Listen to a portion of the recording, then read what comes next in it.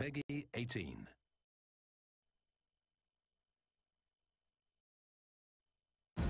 The Stage 1 final World League are about to begin. Everyone expects us to win. How is this happening? Can he pop it here? And they're both going to fly off the map! Incredible stuff, guys. My God. What in the world? Where's the return? He went for DT. He's so eager. Wow, that was awesome. Play that I Nugget with the routes.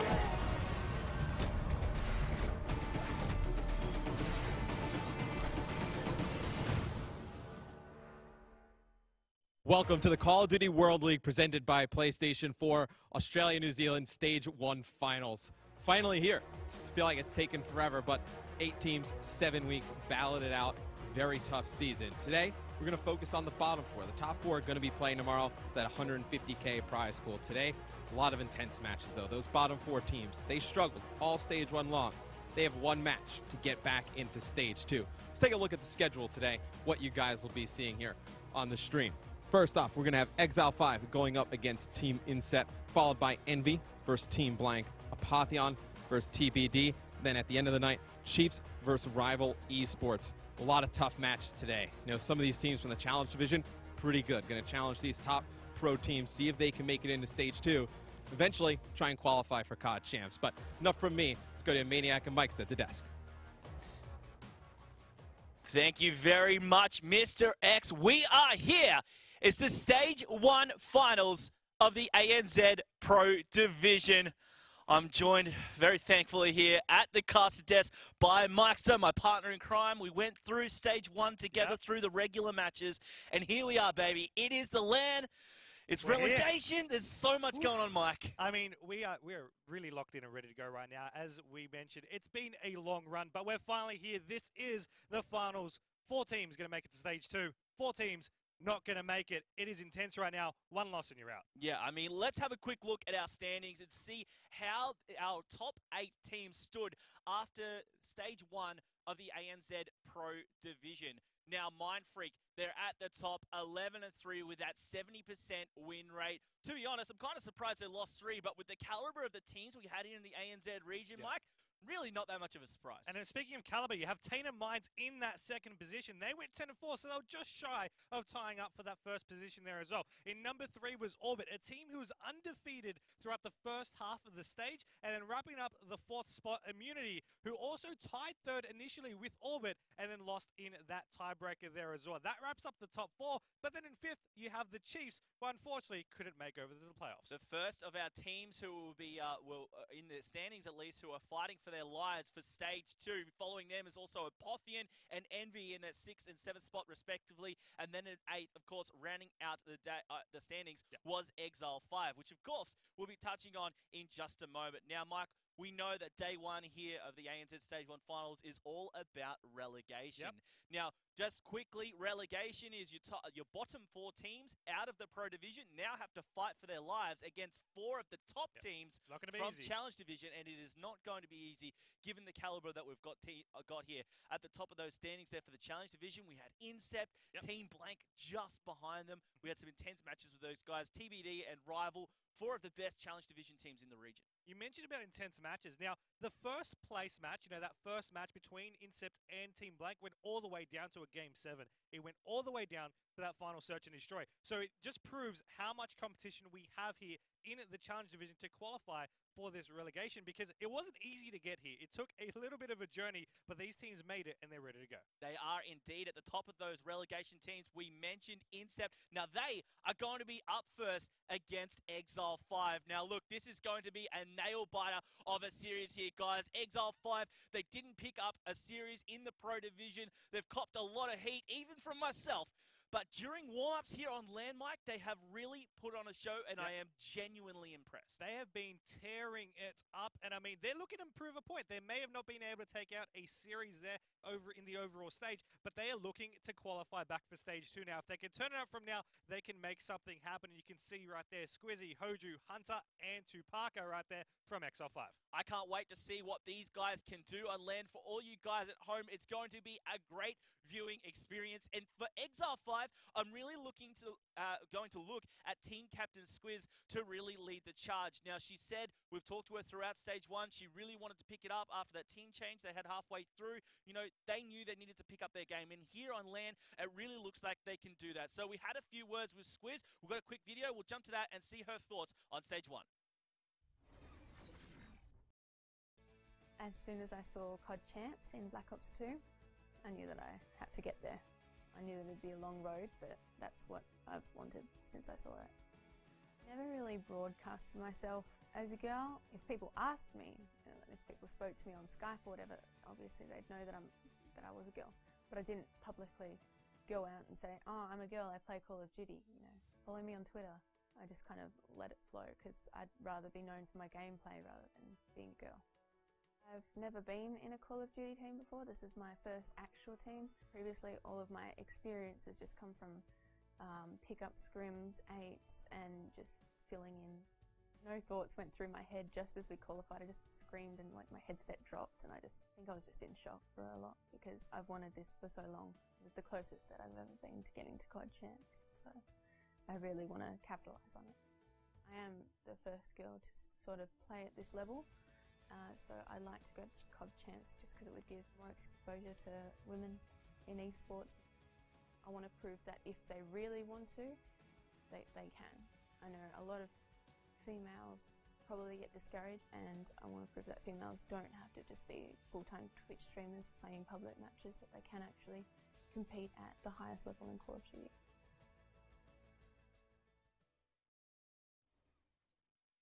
Now, Squiz reckons she screamed when she got into stage 1. I guarantee you, Mike, I screamed louder. Yeah, I think a lot of people did as well. It was an intense match to get them into the stage, and now they're facing another intense match to stay in the Pro Division. Of course, Exile 5 are up against Incept, looking to make their mark here in the Call of Duty World League and hopefully earn a spot into stage 2. That's what they're fighting for here in relegation, and to lead the charge for this squad, I'm looking at Critical. Now, a lot of players watching at home or a lot of our fans may not know of Critical. If you're new to Call of Duty or the Call of Duty World League, Critical's an old school player here in the ANZ scene. Already has international experience, going over to Champs in 2013 in the former Mindfreak lineup, not related to the current Mindfreak. But he's been over there, he's got great experience, and now on this squad who have made it as the top seed for the Challenge Division, look for him to put on a show. Yeah, he's one of the most experienced players here in the Australian region. And I mean, that's basically because of how long he's been playing. Since all the way back in Call of Duty 4, you know, he's been at the top of his game. Took a little bit of a break after his, Call of Duty Championships appearance in 2013, but now he's back and he's ready to make it into the Pro Division. I can't wait to see what comes out of him. I think he's just going to be, he's this guy who's come in as like the black sheep of the group here in the Challenge Division. Amongst all 4 Challenge teams that we've got here, I'm really surprised, or I wouldn't be surprised if he puts on an amazing show. Now, guys, to take us through our first match as we head into Ban and Protect, I'm going to go to the analysts on stage and throw it over to Mr. X and Dr. Curry. Thanks, guys, and right away, we already got a lot to talk about, Curry. Yeah. We got the M8 coming out first from Incept, then Squizzy's going to go protect the XR2. So me and you were talking a little bit before the game started, and you thought that this is what we were going to see early. Yeah, the burst fire ARs was definitely going to be a contestant between these players. Incept were quite, it was obvious in the way that they were talking, how they're going to play, that they're going to target them especially. So the protect coming out for the XR2, very pivotal for the guys. Well, we see the ARs targeted early, and then in the middle we see the SMGs. So we're going to see the VMP gun. Once that one's out of the game, you want to have the Kuda in your back pocket. You got the Purifier, that's going to go as well. We see the Purifier, pretty popular on Fringe. You know, a map that's pretty big, but it can do a lot of damage over by Grammon. See the HC, last 2 votes coming down to Southsea and Hoju. What do you expect to see out of these 2? To be honest, from XL5, I wouldn't be surprised to see an ELO ban.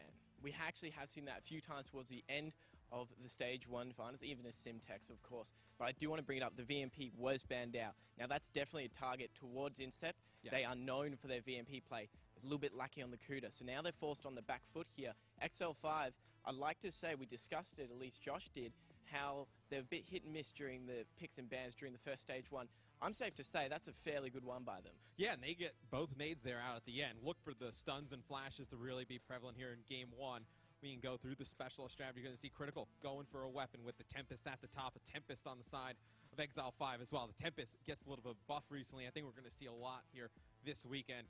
We're going to see a camo on the side of Exile 5, Heatwave as well. We're going to see 2 weapons on the side of Incept. You like that so far? Yeah, I do, especially Critical. He's been using that throughout the whole of the Challenge Series and really making some solid plays. Also on that AR position, also breaking hills when necessary. Standard heat waves for the teams.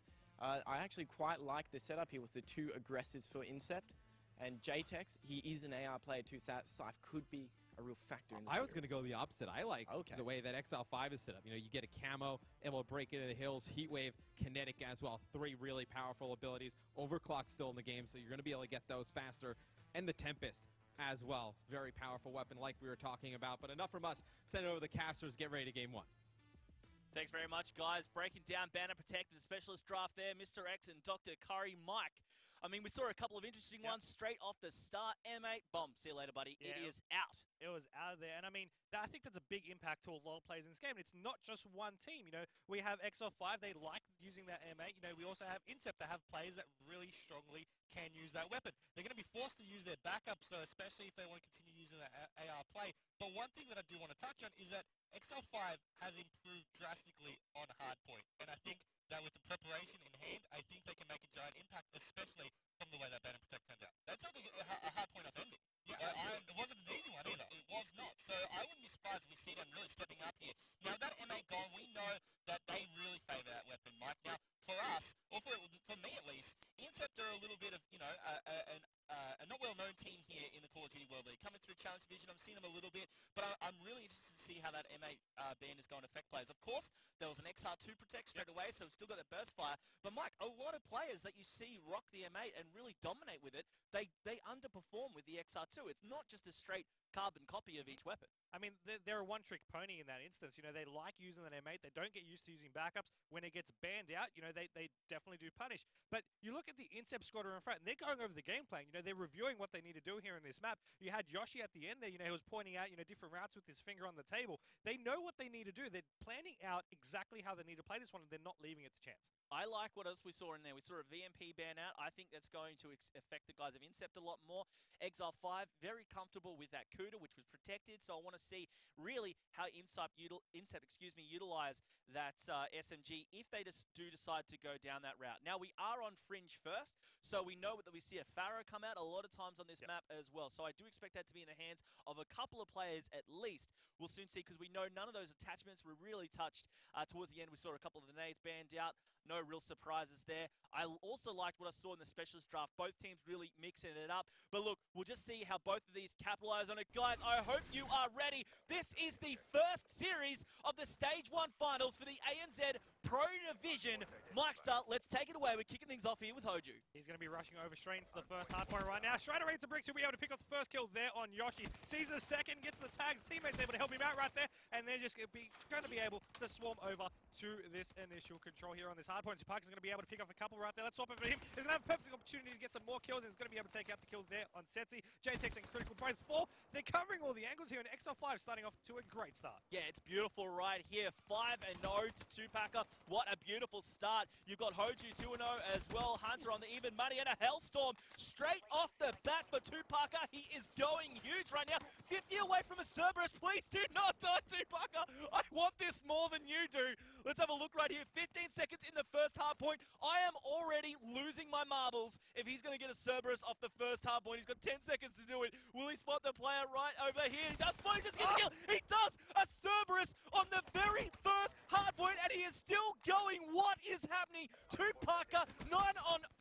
9-0 finally falls. You are a dirty bird, 2-Packer. I mean, you look at the rest of the team there as well. They're getting the points that they need. Hunter currently in this hardpoint. You're going to have him with the XR2 now. He's just watching over these angles. He knows his teammates got taken out. They're just trying to cross out from all these points. But I'm going to swap back over to the Parker because he's going for some more kills. That's 3 kills straight for him. He hasn't even needed to call any of his streaks in because he doesn't need to. There's another one there for him. It's on 13-1 is what 2-Packer is playing on right now. And I mean, he's just going insane. He may get shut down, but then he's opened up XL5 to be leading 73 points to 3. Look, there was a thud on the bottom of the table. Let's just ignore what that was, Mike. We'll keep that between ourselves. I'm excited is all I'll say about this gameplay, especially from Tupaka.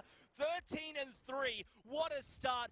Exile 5 in the lead, 73-16. Finally, you've got Incept showing some signs of life, but they are getting pants pulled down, spanked right now.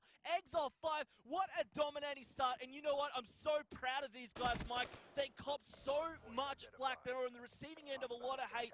They didn't pick up their series in stage 1. Here they are at LAN here from the ESL studio in Sydney, and they are going absolutely nuts. Hoji putting on the pain as well. 8-3, but double his score is Tupaka. Mike, I'm sorry, we need to jump back to Tupaka.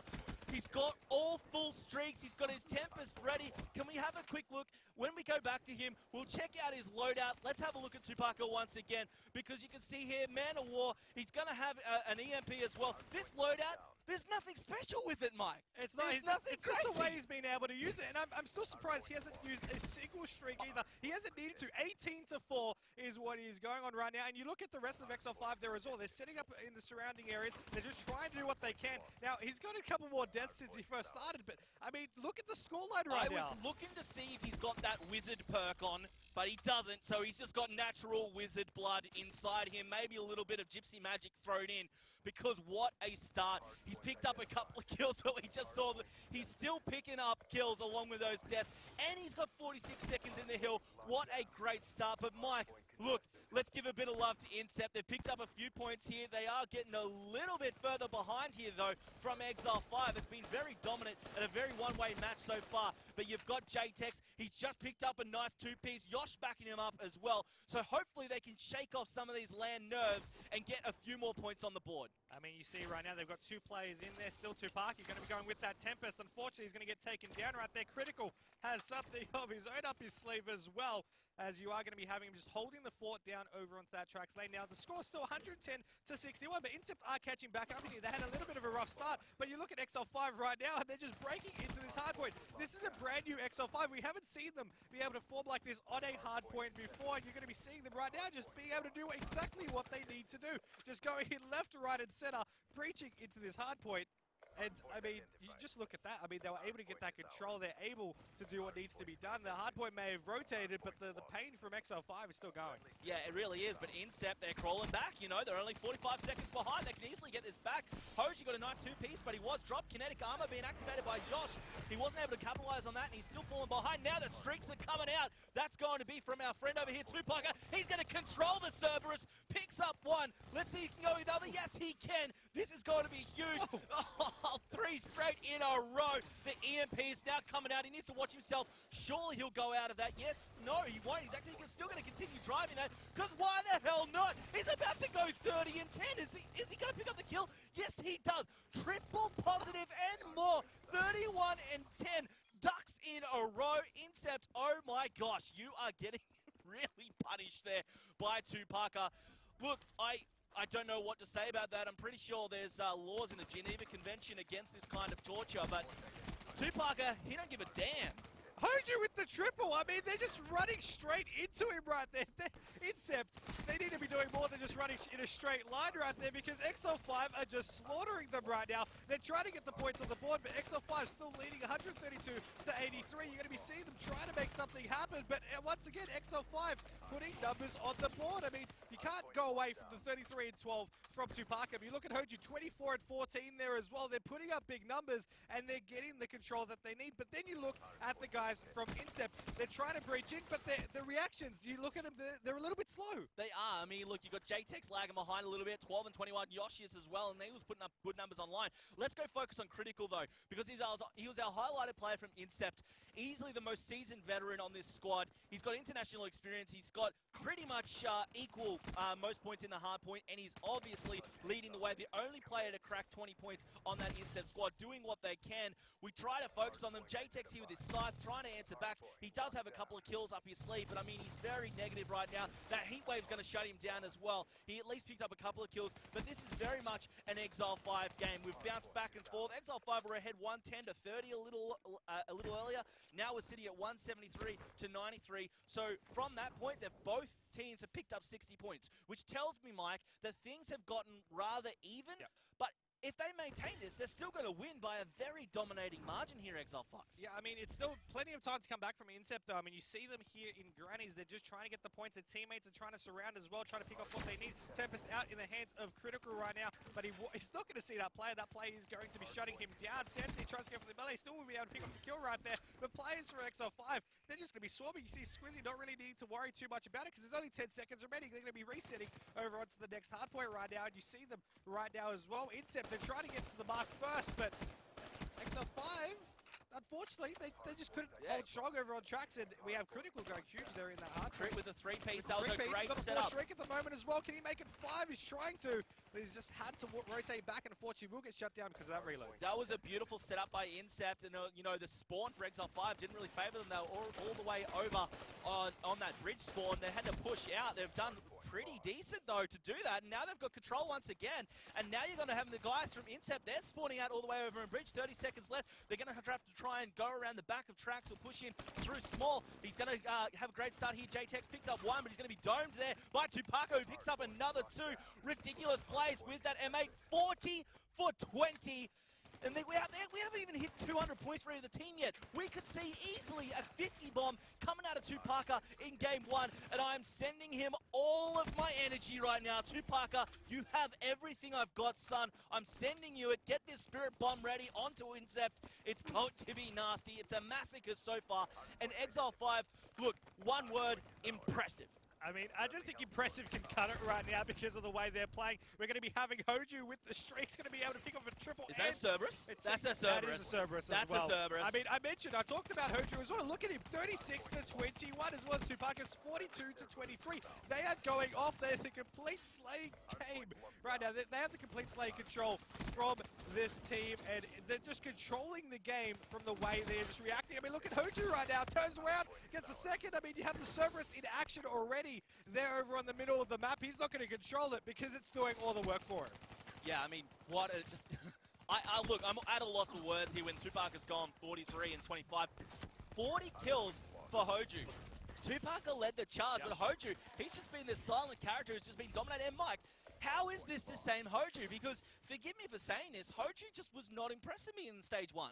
On the online matches, I expected a lot more of him. And, you know, coming in, being a replacement for a player earlier on for Exile 5, you know, there's a lot of reasons why he struggled a little bit. But here, on LAN, this is his environment, and this is where his experience on LAN and at these caliber events really shines through. I feel like they really knuckled down the last 2 weeks to be able to prepare for this event because they know that they want to go home without nothing. They want to make a stand, and this is exactly the way to do it. I mean, you have Hoju. He's on that 40 bomb as well. He's on 42 kills, and he still has the lightning strike in his back pocket. Going to be chasing that kill. Takes 1. There's the second one as well. He's going to relay straight to a 3rd, and he's going to be nose. Unfortunately, the belly. We'll see him get taken out, but Tupaka's there to clean it straight back up, and Exile 5, they're only a few seconds away from being able to take out the first map right now. He's going to turn back to pick up the kill. Can he get this one? God. Surely not. Yes, he can. And that's going to be 250 to 154. What? The little whoppings at the end. Did he get the kill cam? I think someone else was in there. Nope, he's got it. He's got it? He's going to be able to take that one out. Kill cam, kill cam. I mean, come on. Oh, man. Tupaka. Wow. Can we just take a second? Yeah, look, let's just, how happy are they right now? I need a second to compose myself, Mike, you know. Gotta just take a breath, readjust, you know what I'm saying? Just Smiles all the way around there for them. Man. Mike, what can you say about that match? I mean, I can say the initial 0.86 KD from Tupaka from that stage just bumped up a little bit. Let's play a bit of pretend here, Mike. Okay. We're gonna play a bit of pretend. It's yesterday. It's yesterday. Okay. Ask me who's getting relegated from Pro Division. Who's getting relegated from Pro Division? Exile 5. Straight away. They're gone. See you later. Ask me who's getting relegated now. Who's getting relegated after that one? Not Exile 5. Not Exile 5 like that. all. What? Like, okay. Tupaka. Have my babies, because what the hell was that? I have never seen a performance like that from anyone on Exile 5. And Tupaka has been a highlighted player for this squad many, many times. He's done it a bunch of times, but I didn't expect this caliber of play. And you know what? I think we got so wrapped up in Tupaka at the start that I think the one who surprised me the most was actually Hoju. he stepped up though, right? You know, he stepped up. He made it happen. They played absolutely amazing, and it was Tupaka that opened up the map for the team of XL5. But Hoju's the one that closed it out, really. I mean, you saw he got a Cerberus himself at one point. He wasn't so fancy, you know, he didn't control it, but he still picked up so many kills, and that was just impressive. Because, I mean, you look at the overall guys from XL5, and you're like, okay, you know, Hoju, you know, what's his sort of role? You know, that support objective. He was main slaying there, as well as Tupaka, who's generally your anchor. I mean, come on, they were just putting up the numbers, and they were definitely impressive. I was absolutely blown away by the performance from both of those guys. I was stunned. I mean, you have no words by the end of that one. But you opened up a play, and it was like, what, 11, 12 streak? I mean, it was absolutely insane. He answered it back by just picking off more and more and more. And at one stage, he was, I believe, what, 20-something to single digits still? He was on single digits for a very long time. He was 30 so he made single digits all the way down to his final score. And, I mean, that was the way they needed to open up. Because in the overall stage, they won one hardpoint map out of 14 there that they lost. And, I mean, that's impressive, you know, for them. Because they took out that one game that you mentioned against Envy. And it was a struggle. You know, this one was all them. They made the opposing team play their game. And it's not what I expected out of Incept. Yeah, well, I mean, I'm surprised by the entire squad. They did great. Squizzy, we saw her. We saw the communication from here at the desk, Mike. She was going absolutely off, screaming with the boys as well. Look, I'm really surprised by Hoju, because let's have a look at that, Mike. Towards the second half of the season, where he was injected into Exile 5, he stepped up the squad really out of nowhere. I feel he was rusty, and it was really reflected in his performance online. A lot of love for the kid. I mean, he's been a great player in the past, but he didn't float my boat in stage 1, and here he is on LAN, just completely dominating the first-seeded Challenge Division team. Yeah, I mean, Incept, they probably came into this going, okay, you know, we have a little bit of an easier run right now, you know, playing for that first seed, first XL5. They haven't won a series. It's going to be easy running. Nope. XL5 did that without an M8. Yeah. That is I'm very, surprised. very true as well. And I mean, that Man of War, of course, Tupaka's backup weapon definitely proved in favor. And I mean, we saw Hunter go, you know, okay as well. I think he was the one that was most hurt from the M8. Yeah. But they had their backups in place. And I mean, you mentioned about when they were warming up earlier, you know, earlier today, yesterday there as well. They weren't, you know, just dropping out. You know, they were taking out a lot of maps, and we were thinking, okay, you know, Incept, they were dropping some, you know, against TeamBlank there as well. They were performing, and they were putting up numbers all the way around. It's not just like a one show right now. It's not just one map. They've been doing it while practicing here at this event as well. Indeed they are. Indeed they are, and I expect a lot more things from them to take us through the Banner Protect of map number 2. Let's go back to Mr. X and Dr. Curry. Thanks, guys. I don't think anyone could have predicted that. Speechless. I mean, I went to go get coffee. I come back, and Tupaka has like 30 kills at that point. So, getting a Banner Protect for game number 2. We're going to see an M8 VMP Protect right off the bat. We saw both of those go in the first hardpoint. We're going to see a little bit of something change in the second map. It's going to be a search and destroy on Infection. Camo goes. Camo, one of the most prevalent abilities in S&D. But you were saying Incept, this is probably their best game mode, do you think? Yeah, definitely. Actually, watching them during the Challenge Division, they actually didn't lose a single search and destroy the entire time. They did extremely well. Those stats go out the window, because XL5 won one hardpoint throughout all stage 1. Look what they just did. Yeah, so you figure XL5, they had some pretty tough games in search and destroy during stage 1. See if they can pull off a pretty good upset, I think a lot of people would say, against Incept here. Now we'll go through the rest of the Banner Protect. You're going to see the SVG go, so targeting the snipers. Snipers very prevalent in S&D. Potentially could see something like the Thermal go soon as well. Oh yeah, would not be surprised. Also, Simtex and Frag Grenades definitely going to be on the board. We saw them banned out by XL5 in the hard point alone. Concussion standard so far by these guys. Interesting though how well Tupaka did on that Man of War in the previous series. Maybe get it away from him. I feel like if you get rid of concussion, that's great. But if you don't get rid of concussion and flashbang, it really accomplishes nothing. Because they're a duo. They're a pair. Yeah, you're trying to get out. You don't want to run Tac Mass, save a slot, that perk 3, so you can run Blast Suppressor, Dead Silence. It makes a lot of sense. And see, Simtex going to be out as well. HCXD, it's going to go also, and going to go into the Specialist draft here. See what each team goes with. With Camo gone, you expect probably an Overdrive or... Would be too surprised. We could see a few things getting thrown around a little bit, but we will have to actually remake this one. Unfortunately, we did have an issue, so we're going to throw it back to Inman and Mike on the desk. Thanks, guys. The PlayStation actually I think it needed a little bit of break, right? Great console. It just needs a break, man. Yeah, I mean, after that performance from Hoju, Yeah. I mean, I think it needs one, right? It's look, I mean, I think that performance was just setting things on fire quite literally. Because, I mean, the network could barely handle it. There's cables, like, smoking over there. Yeah, I mean... Not really, guys. But, I mean, that gameplay, I mean, probably would do that kind of stuff, right? We can't see it, so it may still happen. I mean, after that performance, I really wouldn't be surprised if that was the case. I mean, it was impressive, and, I mean, we will need to remake that one. But you saw the interesting elements that they were putting into that one. You know, their bans, their protects, that they're looking into this overall map.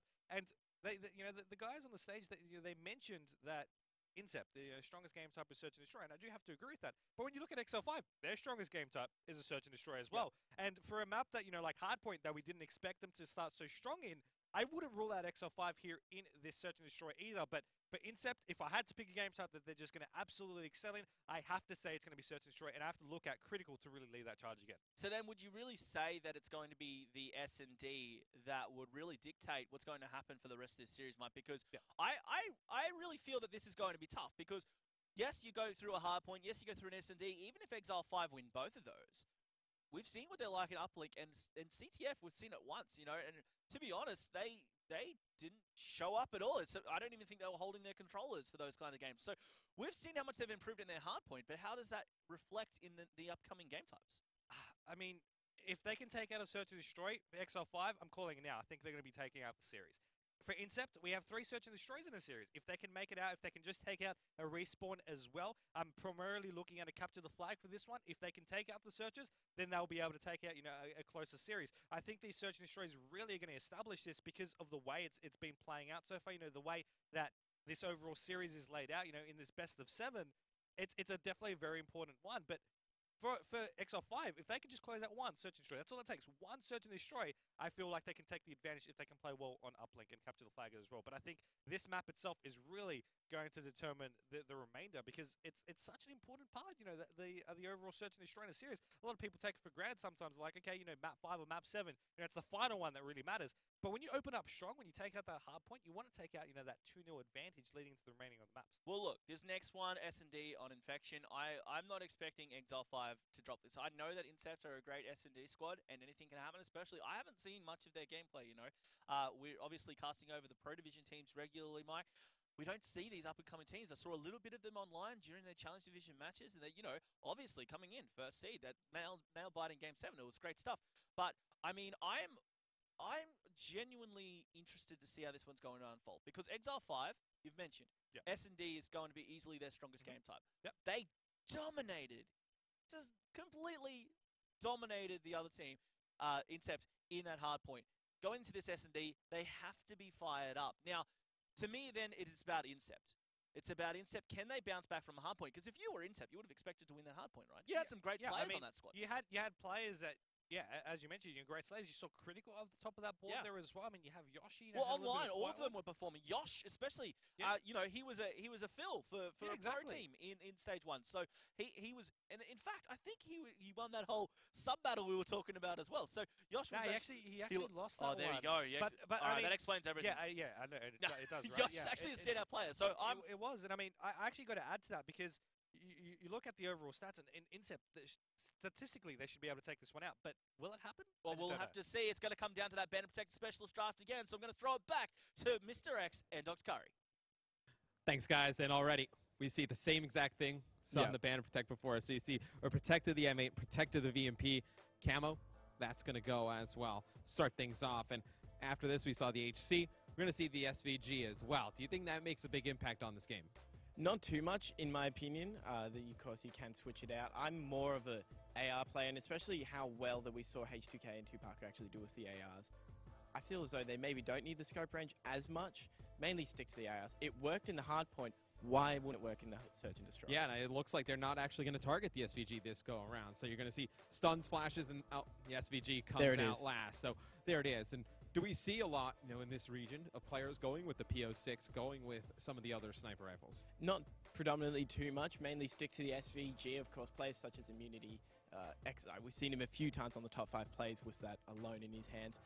So it'd been taken out isn't too much of a surprise, but doesn't affect it too much. All these players are fairly relevant with the AR still. Yeah, and then with Camo gone, it's one of the specialists that we see a lot in Search and Destroy. There And it one is. that we don't see a lot is combat Yes. focus. So Tell this me is a little big bit about one. that. So Yoshi, he will preach this to anyone. Combat focus in Search and Destroy. Wouldn't be surprised if we also see him use that overclock and the anti-up. He's going to be trying to get those streaks across. He puts down the bomb. That's an extra 200 with the combat focus, plus the 100 from anti-up. He's already got his RCXD card. Expect him to be going for a lot of objective plays and getting those single picks. It's an interesting strategy. I mean, on a map like Infection, you're able to get something like a Dart, a Lightning, a Hellstorm. It just completely changes the game. We'll talk about Exile 5 here real quick. You got a Psychosis, Heatwave, Overdrive, Kinetic. Big fan of Overdrive on this map. Oh, yes. You can use it on the offensive end, go down that B street, make big plays over there, or on defense. You can actually get up to those B stairs with an assault rifle in your hand and cause some damage. Really interested to see how that combat focus plays out. Well, I want to hear what you guys think about the desk. Send over to Maniac and Mike. Thanks very much, gentlemen. Mike, that was actually a pretty interesting Band of Protect Specialist draft there. It really was. We had some interesting ones. You know, we already predicted a couple of the beginnings. You know, those protects that came out early. They were sort of learning. You know, they were adapting off the previous map and the mistakes that they made there during that Band and Protect. So they're looking to really capitalize on that. They're looking to try and mix things up a little bit. And I mean, at the very end, you know, you saw that SVG, which is a deadly weapon there on Infection, just getting straight out of there. Yeah, I mean, SVG, especially on Infection, you know, SVG Thermal is going to be one of your most common. Common protects usually in there, but obviously gets banned a lot as well. And I expected Incept to really try and surprise Exile 5 with that, because Exile 5, they don't really have any standout snipes over an Incept. Expect them to try and capitalize on that, but as we know, it was banned out, so we won't be seeing that in play. I think we might be able to see someone mix it up. You know, you got Overkill in there. You're going to see potentially you could see a thermal Locust. I've seen it from these guys before, and the Challenge Division teams, they bring a lot of crazy stuff to the table, Mike. I mean, crazy stuff, combat focus? Well, speaking of combat focus, I mean, Curry touched on it a little bit. It's actually going to be a very interesting play for him. I don't really like combat focus in the fact, and that's why we don't see it in the meta. I think it needs to last a bit longer, or there needs to be something changed to make it a bit more of a viable, competitive choice. But Yosh, you don't care, man. He just does his thing. You know, his mama raised him right, just to do your thing. Don't worry about the pressures from everyone else. And he is out there doing it. Combat focus, as Curry touched on, you can get your HC so fast. You can work towards those streaks. If you use that anti-up perk, that perk 2 slot, will be definitely keeping an eye on it for Yosh. He's going to be building up those streaks straight away. Now, the HC was banned out, so we won't be seeing any explosive RC cars in this one, but you can still build to all of those other streaks in there. And I think Yosh, in the S&D, I think he's going to be bouncing back from that very hard point that they just had. Yeah, and I mean, just touching back over on the specials as well, we're going to be having Overdrive in play as well. So on an Infection, Deadly, if you can run around and go a little bit of a flake, I think that's going to make a huge impact. But let's get into the game here for Search and Destroy Infection. Map number 2 here in our first match of the day. Now I'm going to be looking at Squizzy here, the captain of the squad of Exile 5, and the bomb carrier here for the squad as well. They made a big impact in map number 1. But let's see if they can continue it along here in map 2. Yeah, that's right. Squizzy, the objective player for the squad, they're going to be setting up for a B push. 4 players all towards B. Usually you'll see a couple of different setups in this one. And look at this. Geez, they're playing like it's a hardpoint, just bursting out with those VMPs. We're going to be seeing a trade out there. It was going to be Squizzy being dropped. Hunter, H220K follows suit. So you've got a 2v3 right now. Critical, the only one to drop for Incept so far. And you can see they're set up on the map. Incept are actually set up very nicely. One jumping up from Statue there. So Hoji's going to be forced to back up. Will they make a rotation? Looks like they're both running that way. But who's that player who's going to be looking towards that alley? You're going to see shots out from Setsi. Does get Hoju a little damage there, looking up through Grannies now. I think this is a very hard position for Exile 5 right now. I mean, Chewbacca's also going to get taken down. Hoju now the last one alive. He's going to get dropped there as well. So that's going to be the round to Incept right there. I mean, we mentioned about Search and Destroy being their strongest game type. And I mean, you saw this setup at the beginning of that one, right? You know, they'll set up well, they'll play that defensive round. But it's not just about defense. You have to play an offensive game there as well. You have to play it strong, and we'll see if they can do it in the second round. But anything stand out to you in that first round, Mania? Not really. You know, it's kind of what you'd usually see is, at least on the push, one person would usually go to Grannies. That's if they have a snipe, or at least have just one middle or over on that broken side. But they decided to go for that 4-man push towards top B. So I think that probably let them down a little bit. You can see in the setup here for Incept, they've got Setsi over in Grannies. Let's have a look at Setsi, Mike. Does he have a, because up in Grannies, does he have a scope at all? Let's have a quick look. No, he doesn't. He's going to have that M8. But I'll just interested to see if anyone does go with that. You've got JTEX picking up a kill right there on Hoju. And then you're going to see Setsi drop, actually, by Squizzy, who was over there inside of Grannies. So now you've got a 2v3. This is going to be a reverse of what we saw last round. JTEX is going to be caught in the challenge right here, but RK 5-point Blake on land. Now we've got a 1v1, Tupaka versus Yosh. Tupaka, as we know, an absolute standout player in that previous game, but yet to die is Yosh. Now caught out in this 1v1. Incept is on the attack, as we know, so it's up to Yosh to make a move. The bomb is going to be right back at base.